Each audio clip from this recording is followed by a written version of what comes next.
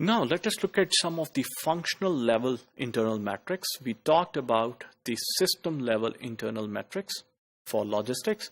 Now let us look at some of the functional ones. They are mainly used, like, for example, for vendor selection as well. The first of the function level internal metrics would be percentage of goods parts.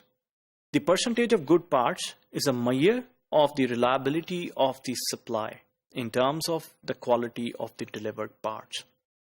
आपके पास जो supply आई है वो कितनी अच्छी है, ये ratio actually it measures it. So the percentage of good parts would be equal to the total supply minus the defective ones in it divided by the total supply quantity. Just remember, the organizations where there is a quality assurance department, they ensure the quality of the supply and they calculate the percentage of good parts. Then there is a unit cost. Unit cost typically includes the manufacturing, packaging, handling, storage, and transportation cost. All other being equal, selection of vendors will be clearly based on the unit costs. What does it mean? You have screened out different vendors and now you say these vendors are same on the basis of their quality, reliability, and other factors. Now, assuming no quantity discount, when quantity discount exists, selection will be based on total delivered cost. So the unit cost is actually what? Unit cost can be calculated as the unit's overhead cost plus unit costs of manufacturing plus packaging plus handling plus storage plus transportation. This will actually give you your total unit cost.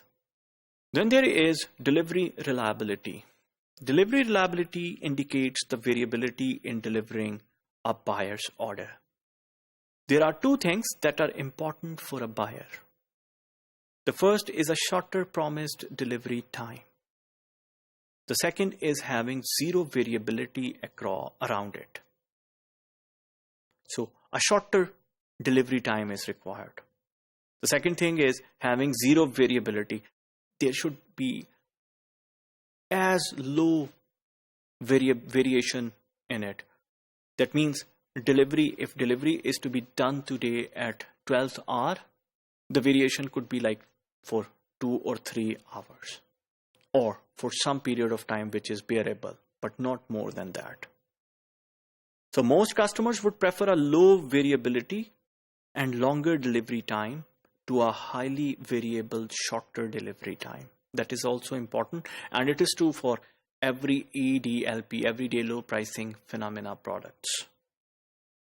Delivery reliability would be equal to the maximum delivery time minus the minimum delivery time divided by average delivery time.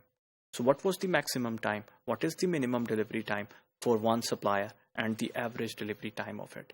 That will give you the delivery reliability. Remember, we need history of a supplier or a vendor for calculating the delivery reliability. Then there is a complete shipments. The complete shipments metric measures the percentage of orders that are delivered in full. An order is not considered delivered in full if it does not have the right items in the right quantities.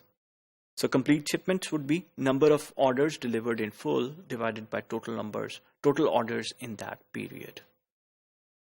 We want complete shipments ratio to be as high as possible.